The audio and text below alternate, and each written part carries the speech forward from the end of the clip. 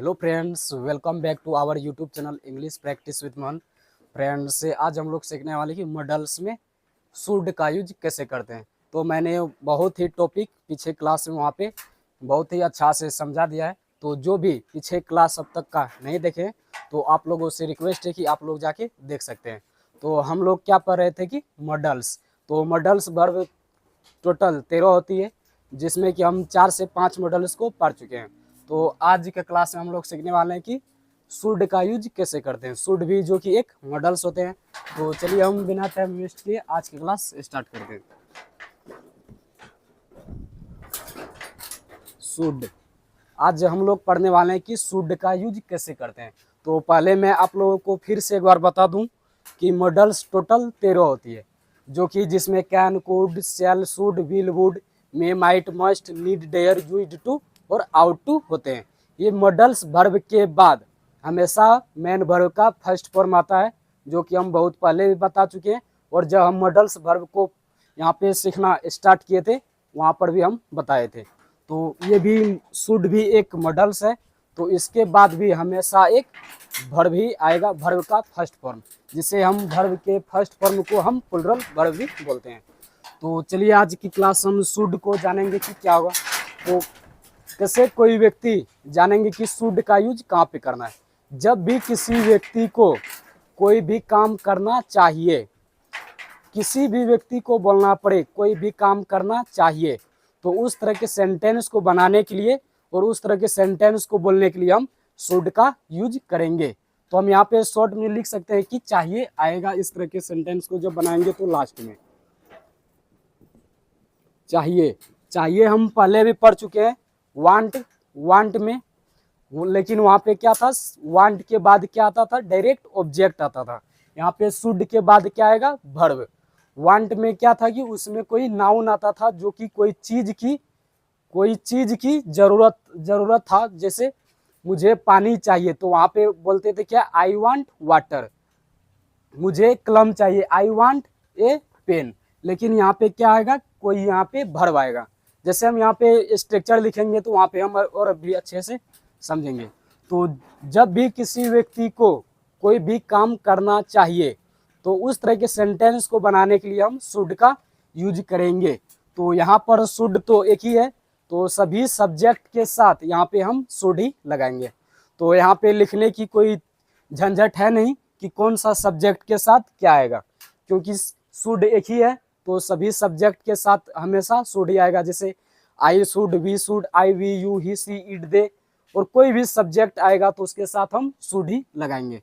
तो चलिए हम स्ट्रक्चर लिखते हैं, क्योंकि जब तक हम स्ट्रक्चर ही नहीं जानेंगे तब तक कोई सेंटेंस को नहीं तो सही सही बना पाएंगे और नहीं तो सही सही बोल पाएंगे। तो सेंटेंस को बनाने के लिए और सेंटेंस को, कोई भी सेंटेंस को बोलने के लिए स्ट्रक्चर जानना बेहद ही जरूरी होता है। तो इसलिए हम पहले स्ट्रक्चर लिखते हैं, उसके बाद हम एग्जाम्पल के माध्यम से समझेंगे। तो चलिए हम स्ट्रक्चर लिखते हैं पहले। तो सब्जेक्ट आएगा पहले। सब्जेक्ट क्या होता है हम पहले ये बता चुके हैं। सब्जेक्ट एक नाउन हो सकता है या एक प्रोनाउन हो सकता है। नॉर्मली नाउन जो कि नेमिंग वर्ड होता है, जो दुनिया का, पूरे विश्व का कोई भी चीज है उसका एक नाम है, उसे हम नाउन कहते हैं। और प्रोनाउन क्या होता है, रिपीटेशन ऑफ नाउन, यानी रिप्लेसिंग वर्ड ऑफ नाउन, जो नाउन के स्थान पर यूज होता है उसे हम प्रोनाउन कहते हैं।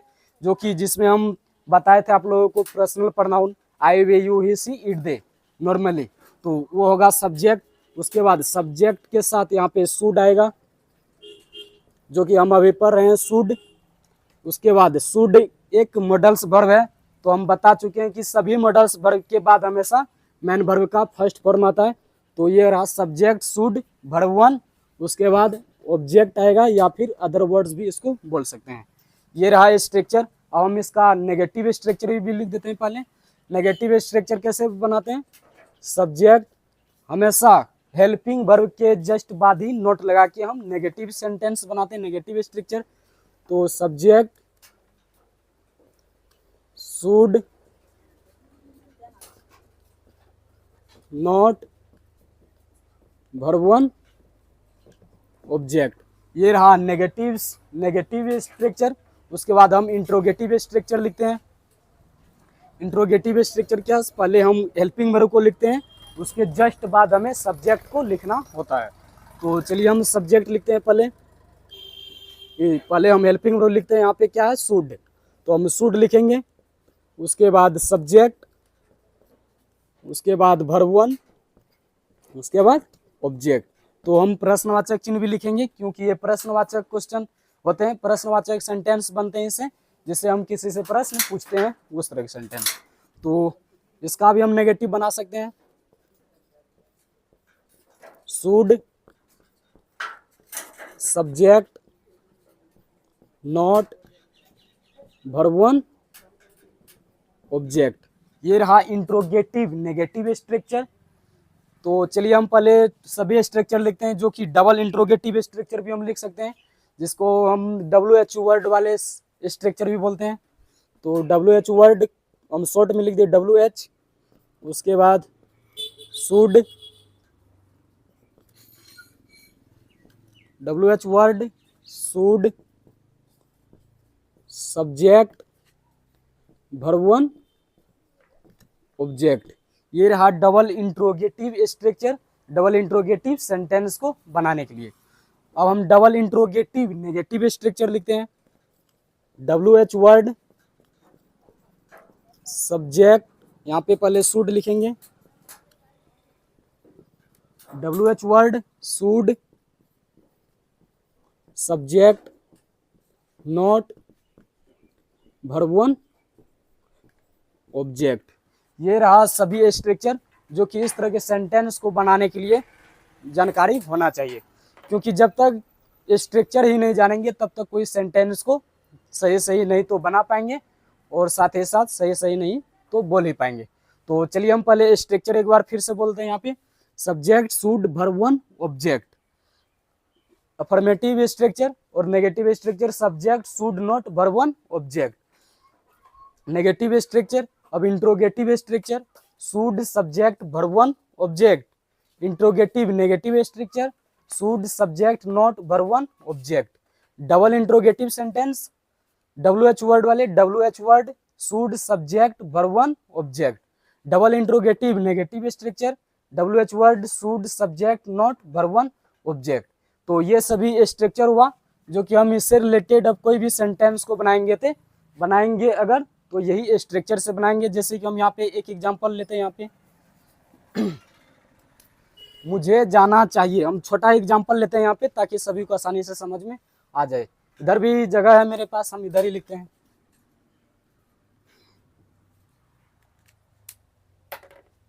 मुझे जाना चाहिए, अभी हम सिंपल स्ट्रक्चर के सामने ही लिखते हैं।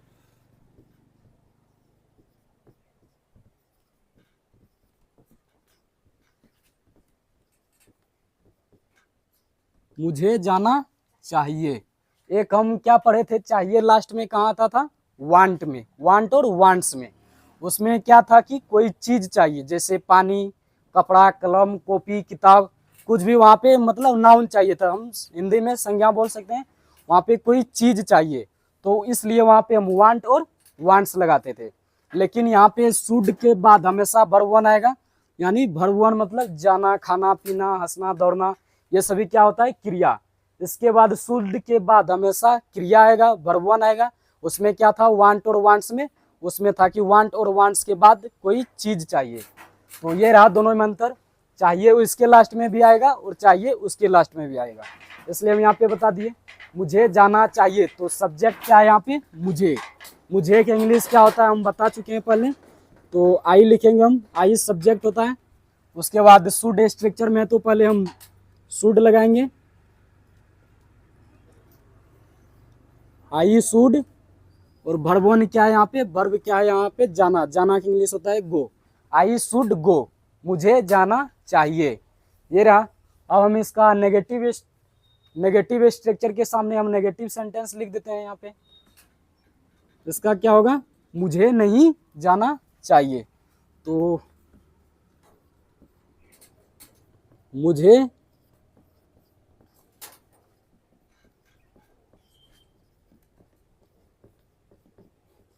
नहीं जाना चाहिए, जो कि इसमें नॉट है, तो इसलिए हमें यहाँ पे नॉट भी नहीं लगाना पड़ेगा। मुझे जाना नहीं चाहिए या मुझे नहीं जाना चाहिए। तो मुझे, तो सब्जेक्ट यहाँ पे फिर क्या है, मुझे। तो मुझे का इंग्लिश क्या होगा यहाँ पे, आई। मी भी होता है, आई भी होता है, माई भी होता है, माइन भी होता है, लेकिन यहाँ पे आई ही क्यों आएगा, क्योंकि यहाँ पे मुझे चाहिए सब्जेक्टिव प्रोनाउन, जो कि सब्जेक्टिव, यहाँ पे सब्जेक्ट है तो मतलब सब्जेक्टिव प्रोनाउन चाहिए, जो कि आई होता है। आई का ऑब्जेक्टिव प्रोनाउन क्या होता है, मी। अगर हम यहाँ पे ऑब्जेक्ट लेंगे कहीं पे, वर्ब और प्रीपोजिशन के बाद हमेशा ऑब्जेक्टिव प्रोनाउन आते हैं, लेकिन मुझे क्या चाहिए यहाँ पे, सब्जेक्ट। तो सब्जेक्ट तो मुझे का होता है आई। उसके बाद क्या है स्ट्रक्चर में, शुड। तो हम शुड लिखेंगे, आई शुड, आई शुड। उसके बाद क्या है, नोट। तो हम नोट लिखेंगे। उसके बाद वर्ब वन यहाँ पे क्या है, गो। तो हम यहाँ पे गो लिखेंगे, I should not go, I should not go, मुझे नहीं जाना चाहिए। ये रहा नेगेटिव स्ट्रक्चर। तो सब्जेक्ट यहाँ पे मुझे था तो हम मुझे का आई लिखे सब्जेक्ट। उसके बाद स्ट्रक्चर में शुड था तो हम शुड लिखे। उसके बाद नॉट था तो हम नॉट लिखे। उसके बाद वर्ब वन है यहाँ पे जाना। तो जाना की इंग्लिश होता है गो, इसलिए हम यहाँ पे गो लिखे। तो चलिए हम यहाँ पे इंट्रोगेटिव स्ट्रक्चर लिखते हैं। इंट्रोगेटिव कैसे लिखते हैं, पहले क्या लगाते हैं सेंटेंस में, किसी से सवाल जो पूछते हैं क्या मुझे जाना चाहिए, इसका हिंदी क्या निकलेगा, क्या मुझे जाना चाहिए।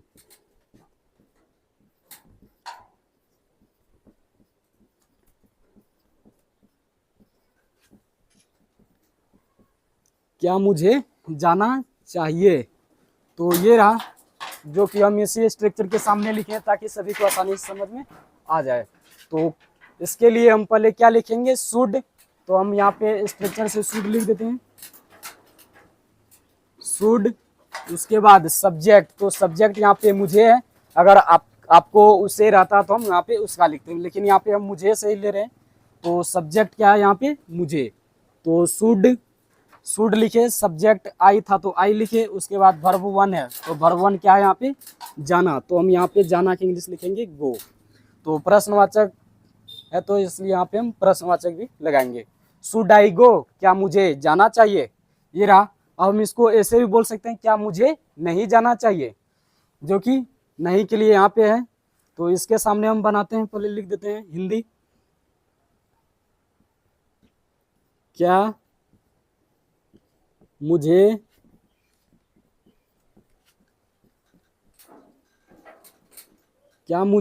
नहीं जाना चाहिए। यहाँ पे नहीं भी आएगा क्योंकि हम नेगेटिव सेंटेंस बना रहे हैं यहाँ पे, क्या मुझे नहीं जाना चाहिए। तो इसके लिए क्या बनाएंगे, पहले शुड है तो शुड लिख देते हैं हम, शुड। शुड के बाद सब्जेक्ट है तो हम सब्जेक्ट लिखेंगे, सब्जेक्ट। उसके बाद सब्जेक्ट के बाद नॉट है तो नहीं के लिए तो हम नॉट भी लिखेंगे। उसके बाद वर्ब वन क्या है यहाँ पे, गो। तो हम यहाँ पे गो भी लिखेंगे, शुड आई नॉट गो, क्या मुझे नहीं जाना चाहिए। ये रहा। अब हम डबल इंट्रोगेटिव सेंटेंस क्या होता है, WH वर्ड, मतलब जिस भी सेंटेंस में जब कोई क्यों, कैसे, कौन, क्या, ये सब सेंटेंस के बीच में आते हैं तो हम पहले उसका इंग्लिश लिखते हैं, जो कि शॉर्ट में लिखा जाता है WH। तो जैसे हम यहाँ पे अभी लिखते हैं, मुझे कब जाना चाहिए, मुझे क्यों जाना चाहिए, मुझे कैसे जाना चाहिए, इस तरह के सेंटेंस को बनाने के लिए। तो हम यहाँ पे लेते हैं मुझे कब जाना चाहिए, मुझे कब जाना चाहिए।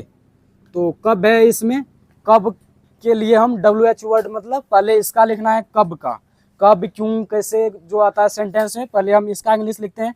तो कब का इंग्लिश होता है व्हेन, जो कि हम पहले बता चुके हैं ये सब, व्हेन।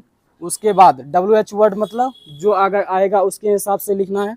तो क्यों आता तो हम यहाँ पे वाई लिखते, कैसे आता तो यहाँ पे हाउ लिखते। यहाँ पे आया है कब, कब का इंग्लिश होता है व्हेन, तो व्हेन लिखे। उसके बाद क्या है शुड, तो हम यहाँ पे शुड लिखेंगे, शुड, व्हेन शुड। उसके बाद क्या है सब्जेक्ट, तो सब्जेक्ट यहाँ पे क्या है आई, मुझे है यहाँ पे सब्जेक्ट तो आई लिखेंगे। उसके बाद वर्ब वन है तो वर्ब यहाँ पे क्या है जाना, जाना का क्या होता है गो। व्हेन शुड आई गो, मुझे कब जाना चाहिए, ये हुआ। जैसे मुझे कब जाना चाहिए, कब के लिए पहले हम WH वर्ड, मतलब WH वर्ड इसको क्यों लिखते हैं, क्योंकि क्यों, कैसे, कौन, क्या जो आता है सभी के इंग्लिश में W और H होता है, इसीलिए शॉर्ट में WH वर्ड लिखते हैं ताकि पहचान में आए। नहीं तो ये तो सभी बहुत ही ज़्यादा होता है, स्ट्रक्चर में लिखेंगे तो वो सभी बहुत ही बड़ा हो जाएंगे, इसलिए शॉर्ट में WH वर्ड ही लिखते हैं सिर्फ याद करने के लिए। तो यहाँ पे कब था तो हम कब लिखे, उसके बाद स्ट्रक्चर में शुड है तो शुड लिखे, उसके बाद सब्जेक्ट था तो हम सब्जेक्ट लिखे आई, उसके बाद वर्ब वन है तो वर्ब वन लिखे यहाँ पे गो। तो ये रहा। अब इसका भी नेगेटिव हम बना सकते हैं, मुझे कब नहीं जाना चाहिए, तो इसका हम यहाँ पे नीचे ही लिख देते हैं, मुझे कब जाना चाहिए, मुझे कब नहीं जाना चाहिए।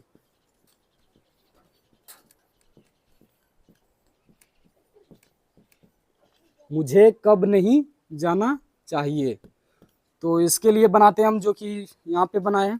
तो कब यहाँ पर भी है, तो कब के लिए पहले हम व्हेन लिखेंगे, जो कि कब का इंग्लिश क्या होता है व्हेन। उसके बाद शुड है स्ट्रक्चर से, तो हम शुड लगाएंगे पहले, व्हेन शुड। उसके बाद सब्जेक्ट है तो सब्जेक्ट यहाँ पे हम क्या लगाएंगे आई, क्योंकि हम अभी आई मुझे लिखे हैं तो इसलिए आई लिखे, अगर उसे लिखते तो ही लिखते, आपको लिखते थे यू लिखते, लेकिन यहाँ पे है मुझे, मुझे का होता है आई, इसलिए आई लिखे। उसके बाद नहीं के लिए नॉट लिखेंगे, नॉट। उसके बाद वर्ब वन यहाँ पे क्या है जाना, जाना के इंग्लिश क्या होता है go. When should I not go, मुझे कब नहीं जाना चाहिए। तो ये रहा जो कि शुड का पहले हम स्ट्रक्चर लिखे, उसके बाद एग्जाम्पल से, एक एग्जाम्पल से समझें। तो जो भी नहीं समझे हैं उसके लिए हम यहाँ पे फिर से शॉर्ट में बोल देते हैं, आप लोग ध्यान दीजिएगा। अभी हम लोग मॉडल्स को पढ़ रहे हैं, जो कि मॉडल्स में एक है शुड, जो कि हम पहले भी कई सारे मॉडल्स को पढ़ चुके हैं, उसी में से एक और होता है शुड। जिस भी सेंटेंस के लास्ट में से बोल सकते हैं, जिस भी सेंटेंस के लास्ट में चाहिए आएगा तो वहाँ पे शुड या वांट और वांट्स लगाते हैं। वांट और वांट्स कहाँ पे लगाते हैं, जब कोई व्यक्ति को कोई चीज चाहिए, कोई नाउन, कोई वस्तु चाहिए, तो वहाँ पे हम वांट और वांट्स का यूज करते हैं। जब किसी व्यक्ति को कोई काम करना चाहिए, कोई एक्शन करना चाहिए, तो वहाँ पे हम शुड का यूज करते हैं। जो कि इस तरह के सेंटेंस को बनाने के लिए ये सभी स्ट्रक्चर हुआ, subject should verb one object, subject should not verb one object, should subject verb one object, should subject not verb one object, WH word should subject verb one object, WH word should subject not verb one object. ये सभी structure होते हैं। यही ये structure से related यहाँ पे मैंने कुछ सेंटेंस लिया था, यही शुड से रिलेटेड, जो कि हम यहाँ पे बनाए हैं। तो चलिए देखते हैं क्या बनाए। मुझे जाना चाहिए, आई शुड गो, मुझे नहीं जाना चाहिए, I should not go. Should not को शॉर्ट में शुडंट भी बोल सकते हैं, शुडंट। तो मुझे नहीं जाना चाहिए, आई शुड नॉट गो। क्या मुझे जाना चाहिए, इंट्रोगेटिव, शुड आई गो। क्या मुझे नहीं जाना चाहिए, शुड आई नॉट गो। मुझे कब जाना चाहिए, व्हेन शुड आई गो। मुझे कब नहीं जाना चाहिए, व्हेन शुड आई नॉट गो। तो जो भी ये कॉन्सेप्ट को समझ लेंगे, सिर्फ यही सेंटेंस नहीं, इससे रिलेटेड कोई भी सेंटेंस को खुद से बना सकते हैं।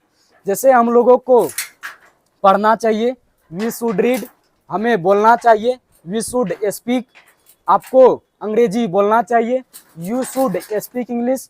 मतलब अगर हम कॉन्सेप्ट को समझ जाते हैं तो कोई भी सेंटेंस को खुद ही बना सकते हैं और बोल सकते हैं।